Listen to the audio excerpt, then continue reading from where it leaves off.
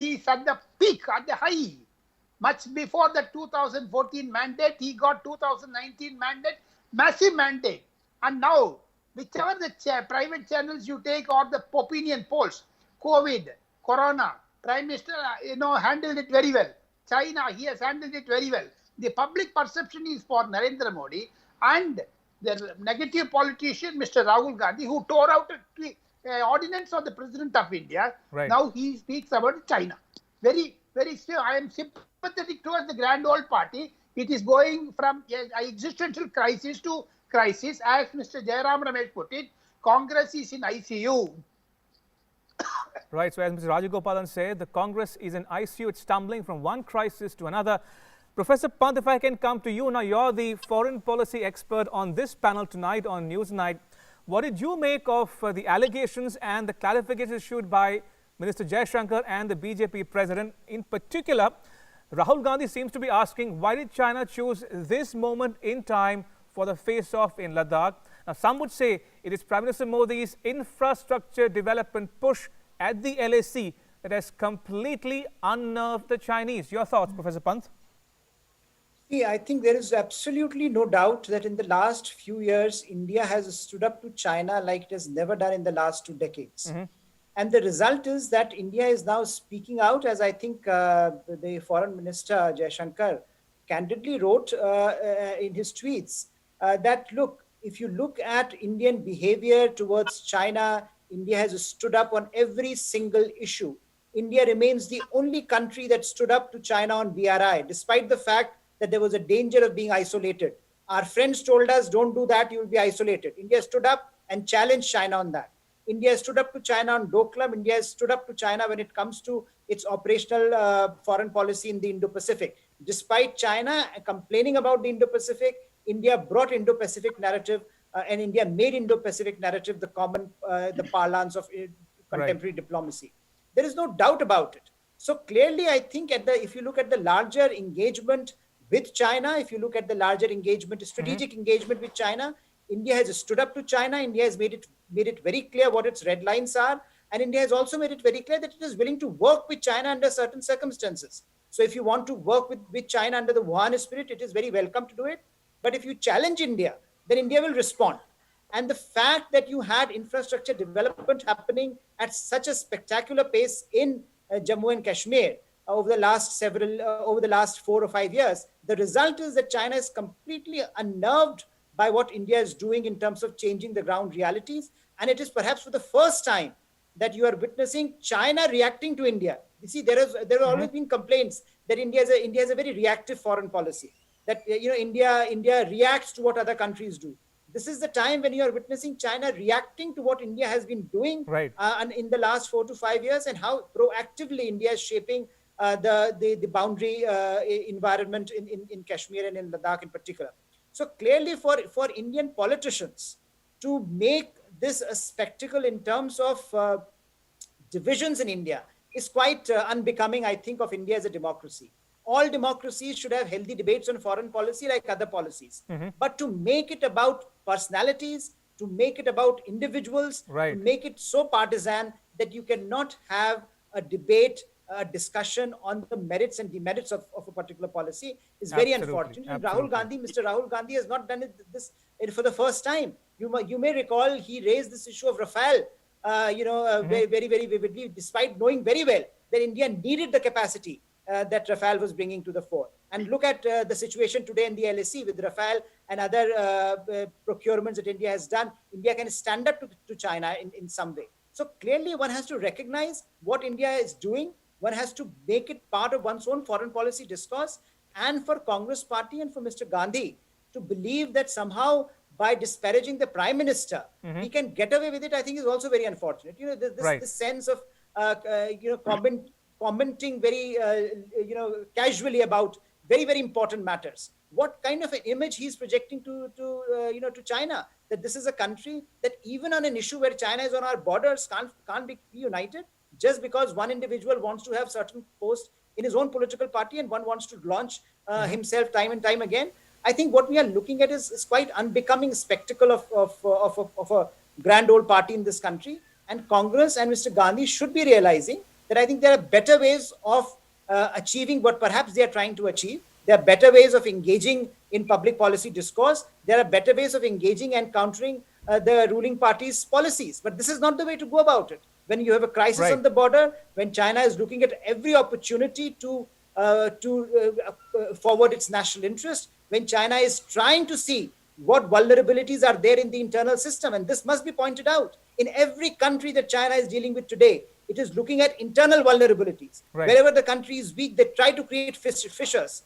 And if India goes down that route, it will be very, very unfortunate. And Mr. Gandhi is giving no sense that he is under control, that he knows what the kind of stakes there are. And so I think as someone that is observing it from outside, it shows a complete lack of maturity from Mr. Gandhi's part, and a certain sense that I think partisan politics in this country of the kind that we have been practicing, of the kind that targets Mr. Modi directly time and time again, has to go if this country has to evolve a foreign policy, public policy culture that is more mature, that behoves India as a major democracy in the world. All right, point taken. I'm running out of time, gentlemen. Very quickly, one last question to all three of my guests, starting with you, Mr. Tandon.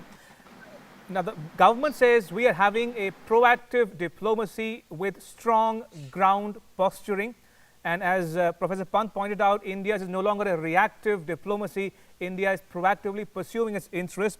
But what did you make of the decision of the Congress party and Rahul Gandhi in particular to target foreign policy and the fact that the frontal attack on Prime Minister Modi will have diminishing returns as we go forward? Your thoughts, Mr. Tandon, and then Mr. Rajagopalan. Mr. Nadda has very rightly said that it's an attempt to politicize India's foreign policy. Right. Over the last 7 decades, India's foreign policy has been a policy of national consensus, which practically all governments have done in the past. True. And this is exactly what Prime Minister Modi has been doing. So he convened an all-party meeting where even leaders like Sharad Pawar agreed with the government. The Trinamool Congress also is keeping quiet. All political parties are in favor of a national consensus on issues like this. Right. But fortunately, it is only Mr. Rahul Gandhi who is trying to politicize it. I want to ask him if at all he has reservations about India's handling of the foreign policy, for that matter, the China issue. He should be convening an all-party meeting, an opposition meeting. In fact, he is not in a position to convene a meeting of all opposition. And for that, even Sonia Gandhi has to come forward and convene a meeting. Tomorrow, what will happen? If he is installed as the Congress president, will other opposition parties come under his banner for an opposition meet, which I doubt. So therefore, if at all he has a reservation, he should try to evolve a consensus among non-BJP or all other opposition parties, which he will fail. And who will help him? Not a single leader has come in support of him. Leave aside the opposition ranks, even within the Congress rank. So I think his attempt at himself as the prospective Congress president, I think it is going to boomerang, and it is for the Congress party. It will boomerang on the Congress party, said Mr. Tandon. And I think they need to ponder over it. Mr. Tandon, I'm sorry to interrupt you. I'm running out of time. So very quickly, if I can go across to Mr. Rajagopalan and Professor Pant. Mr. Rajagopalan, the law of diminishing returns is kicking in. The more you attack Prime Minister Modi frontally, the more it backfires on the Congress party and Rahul Gandhi in particular. It will boomerang on Congress. You wait and watch, Mr. Ramesh. In 2024, Congress will not get the same 42 or 44 seats. It will go diminishing. What Mr. Tandon said is absolutely correct. Politically, Mr. Narendra Modi has been doing very well. Narendra Modi has made China to have a bloody nose on their face, especially on foreign policy. Mr. Jaishankar on defense policy, Mr. Rajnath Singh have been giving Narendra Modi a powerful support. So therefore, I see the negative politician in Rahul Gandhi's mindset. I feel that Rahul Gandhi should learn lessons from Mr. Narendra Modi and do not call him as a chore or a thief or a surrender person. Beware of your words. Beware of your words. That's the comment from one of my guests. I want to thank on that note Mr. Ashok Tandon, Mr. Rajagopalan and Professor Pant for joining us on Newsnight. Appreciate it. Thank you for your time.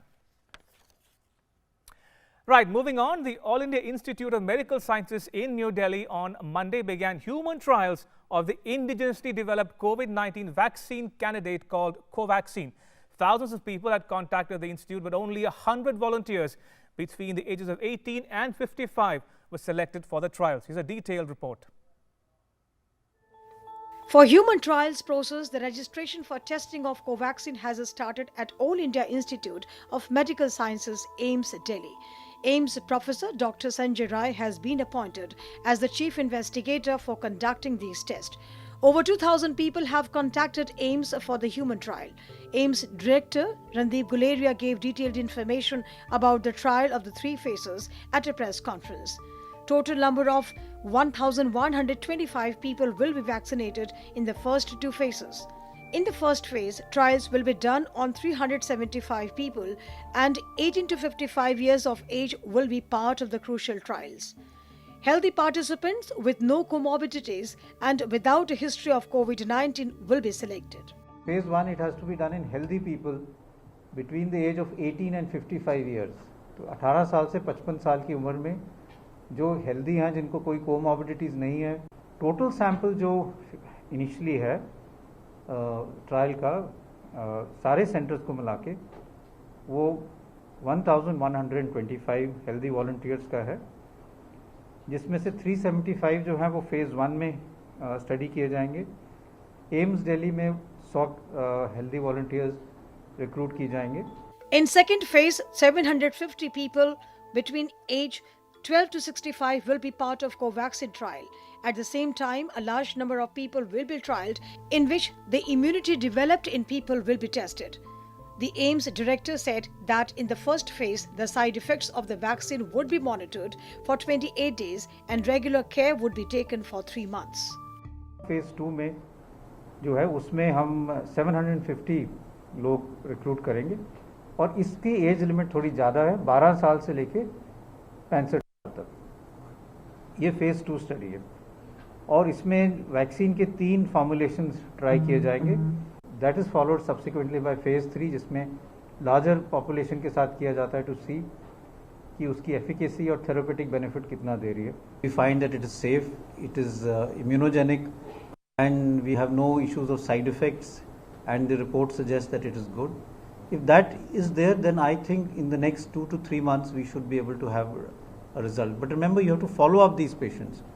So even when you give the injection, to look for side effects, the follow-up is for 28 days.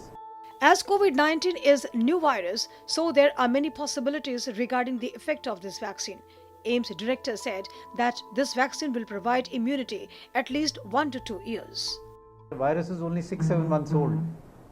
The vaccine, the virus is a new virus. So I think it's difficult to predict, but I'm hopeful that the vaccine will give immunity at least for more than 1 to 2 years. AIIMS Director Dr. Guleria expressed happiness that India is making its own vaccine. India lags behind developed countries in research and development in the field of medicine. In such crucial time, if Covaxin for coronavirus pandemic becomes successful, it will be a big achievement for India in the field of R&D. With inputs from Nitendra Singh, News Night Desk, DD India. And talking about COVID-19 vaccine research, AstraZeneca's experimental COVID-19 vaccine was safe and produced an immune response in early stage clinical trials in healthy volunteers, data showed on Monday. According to trial results published by the Lancet Medical Journal, the vaccine called AZD1222 and being developed by AstraZeneca and scientists at Britain's University of Oxford did not prompt any serious side effects and elicited antibody and T-cell immune responses. The study's lead author Andrew Pollard of the Oxford University said he hoped the vaccine would protect people for extended periods, but that more research was needed to confirm its efficacy and determine how long any protection lasts. Now, a 3-member team of officials from New Delhi visited Gaya in Bihar on Monday to take stock of the COVID-19 situation there. The Bihar government had said on Sunday that 8 testing centers have become operational in Gaya, where on-demand COVID-19 testing is available free of cost. Meanwhile, the flood situation remains grim in some parts of India. Floodwaters and heavy rains have disrupted life in many states. Take a look at the next report.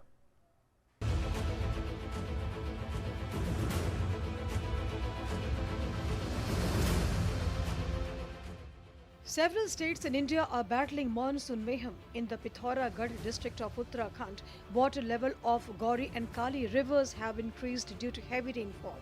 Cloudburst and heavy rains wreaked havoc in two villages of Pithoragarh district, leaving 3 people dead and 11 reportedly missing. Chief Minister Trivendra Singh Rawat directed the district magistrate to ensure prompt rescue and relief operations. Chief Minister also directed the DM to give financial assistance to the victims. 2 teams of SDRF are carrying rescue and relief operations. MET department has issued red and orange alerts in the state for Tuesday and Wednesday. Heavy rainfall has also been predicted in many areas of Jammu and Kashmir due to western monsoon. The MET department has also predicted heavy rainfall in Himachal, Uttar Pradesh and Haryana. In Assam, over 24 lakh people in 24 districts are affected by floods. 85 people have also lost their lives. And that's not all. 26 people have also died in landslides in various parts of the state. As a result, the death toll has reached 111. Government of Assam, with the support of the Government of India, we are extending our wholehearted support. We are trying to provide them best possible quality food item to those flood affected victims, and also we are releasing within 48 hours ex gratia to those people who have lost their life in landslide. And ਉੱਥੇ हम बेच सकते हैं।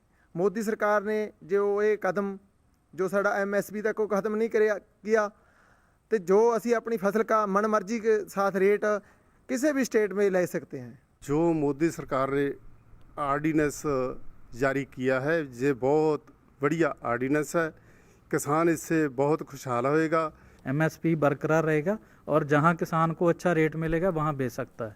तो ये बहुत बढ़िया फैसला है मोदी सरकार का। किसानों की जो आमदनी दुगनी हो जाएगी। All right, take a look at what else is making news around India in our national wrap. Special Operations Group of Jammu Police and Army have busted a terror funding module of the Lashkar-e-Taiba in Jammu. According to police spokesperson, banned terrorist organization Lashkar-e-Taiba LET had activated a module of its members for carrying out terror activities in Jammu and Kashmir. Particularly, it had been tasked by the handlers to visit Jammu and collect a consignment of Hawala money for further use by the terrorists and their supporters. During the search, one bag containing 1.5 lakh rupees was recovered, which was concealed in a tiffin box. Initial questioning revealed that the money was sent by Harun, self-styled commander of LET from Pakistan, to be delivered to the terrorists through their overground workers in Doda. 15 days after the Vikas Dubey encounter, 2 of his close aides, Jaykant Vajpayee and Prashant Shukla, have been arrested by the UP police for their alleged involvement in Kanpur encounter, in which 8 police personnel were killed. Delhi police has filed another complaint against Khalistan terrorist Gurpatwant Singh Pannu. Terrorist Pannu, accused of inciting Sikhs. A video was also released by terrorist Pannu. After that, a case has been filed against him in Delhi. August 15 is near, so all security agencies are also fully cautious about this. In a major development in the Tuticorin custodial deaths case, a Madurai court has sent 3 police officials, Chelladurai, Samathurai and Veyil Muthu, to 3 days in CBI custody. A CBI team reached Madurai on July 9th to take over the probe into the death of the father-son duo in the Sathankulam police station on June 19. Earlier, the Tamil Nadu CBCID had arrested 10 police and charged them with murder before they were remanded to judicial custody. Later, Chief Minister Palaniswamy handed over the case to the CBI. The National Investigation Agency and the Maharashtra government today sought time at the Mumbai High Court to reply to the interim medical bail filed by poet P. Varvara Rao, 81 years old, admitted at Nanavati Hospital. A division bench of Justices S.S. Shinde and S.P. Tabade was hearing a criminal appeal filed on behalf of Rao, accused in the Bhima Koregaon case. It is an appeal against rejection of his entry medical bail by Sessions Court. The court adjourned to be heard on July 23rd. Meanwhile, the same bench also directed the state and NIA to file their replies on petition filed by Rao against prison authorities seeking directions against them to submit detailed report along with medical papers of the treatment and a course of action followed by them post the hurried discharge of Rao from JJ Hospital on June 2, 2020. Indian Navy units undertook passage exercise with units of US Navy Nimitz Korea Strike Group as they transit through Indian Ocean region. USS Nimitz is on its way from South China Sea to deployment in the Middle East. BJP has announced new state presidents for Gujarat and Ladakh. Party President JP Nadda has announced C.R. Patil and Jamyang Tshering Namgyal, both Lok Sabha MPs, as presidents of BJP Gujarat and Ladakh units respectively. In Puducherry Legislative Assembly, the opposition parties NR Congress, AIADMK and BJP members staged a walkout in the House opposing Chief Minister Narayanasamy presenting the budget without the Lieutenant Governor's address. Earlier, Lieutenant Governor of Puducherry Kiran Bedi refused to deliver her customary address of the budget session in the Legislative Assembly, saying Chief Minister V. Narayanasamy did not send her the annual financial statement and demand for grants meant to be presented in the House. Minister of State for Power and New and Renewable Energy R.K. Singh inaugurated a charging hub of electrical vehicles, a project completed through public-private partnership. He also introduced equipment operated by private companies to reduce air pollution. Now, days after a report claimed that Iran has dropped India from the Chabahar rail project, Iran on Monday denied the report, blaming vested interests behind it and reassured India's active participation in the mega project. Iran's Deputy Minister of Transport and Railways, Saeed Rasooli, said that vested interests were behind those reports. Earlier on Monday, the Iranian minister invited the Indian ambassador to Iran, Gaddam Dharmendra, to review ongoing cooperation on the Chabahar-Zahedan railway project. Last week, the Ministry of External Affairs had said that despite the difficulties posed by the sanctions situation, there has been significant progress on the Chabahar port project.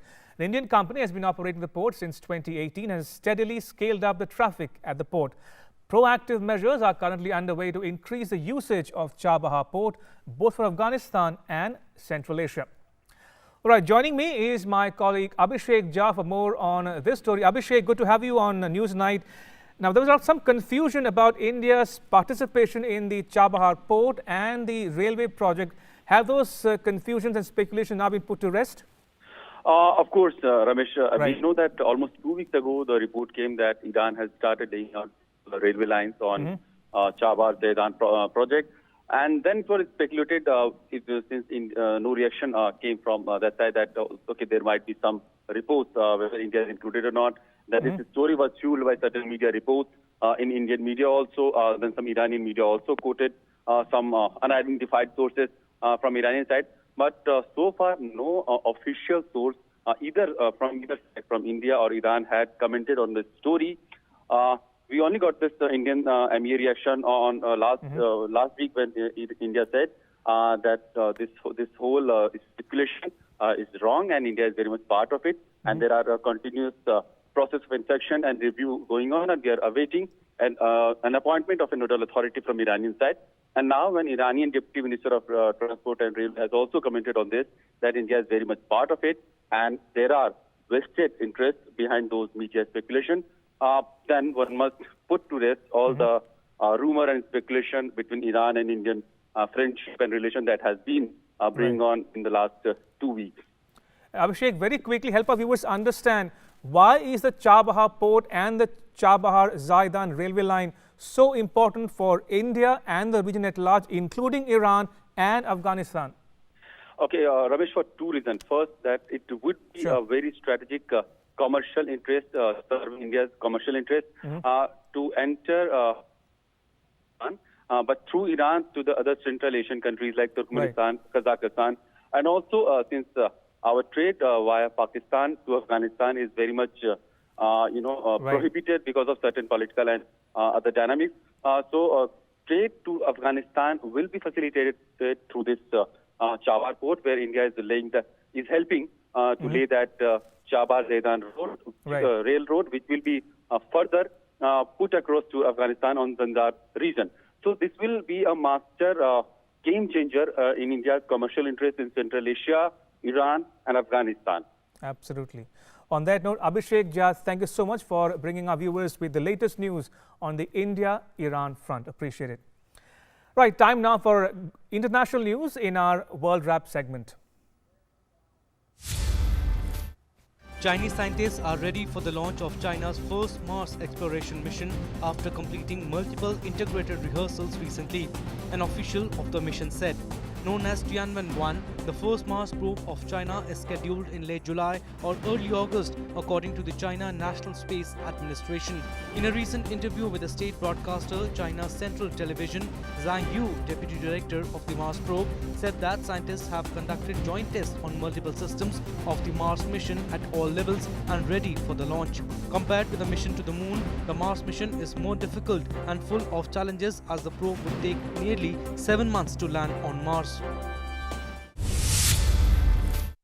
North Korea's leader has sacked officials building a hospital after they pressed the public for contributions, media reported. The country's state-run television KRT on Monday aired a video footage of leader Kim Jong-un visiting a construction site of the Pyongyang General Hospital. During his latest visit to the site, Kim fired a group of project managers called the Construction Coordination Commission for failing to allocate a proper budget and supplying equipment and materials from ordinary citizens. Leader Kim ordered the Pyongyang General Hospital to be built by the 75th anniversary of the founding of the ruling Workers' Party in October, calling it a top priority in improving public health in the face of the novel coronavirus. Russian President Vladimir Putin named a new acting governor to head Russia's far eastern region of Khabarovsk on Monday after the previous regional head was arrested on murder charges, sparking a wave of protest. At least 10,000 people demonstrated in Khabarovsk on Saturday to demand Moscow release Sergei Fergal, a member of the ultra-nationalist Liberal Democratic Party. Fergal was detained on July 9th and flown to Moscow to face charges over the murder and attempted murder of multiple businessmen 15 years ago. He denies wrongdoing. Protests broke out soon afterwards and have continued for over a week. Putin on Monday formally removed Fergal from his post and appointed Mikhail Degtyaryov, 39, a lawmaker and also an LDPR member, to take over as the acting head of the region. French President Emmanuel Macron said on Monday he was hopeful a compromise could be reached over a European Union recovery plan. Macron also said that talks had advanced in the EU summit. Macron made the comment as he arrived for the fourth day of the summit. German Chancellor Angela Merkel said extraordinary situations also require extraordinary efforts and hoped the remaining issues to close the deal would be solved soon.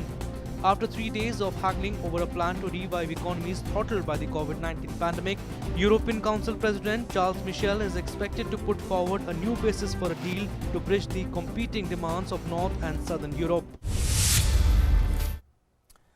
All right, to sports now. The International Cricket Council has confirmed the ICC Men's T20 World Cup in Australia has been postponed due to the ongoing COVID-19 pandemic.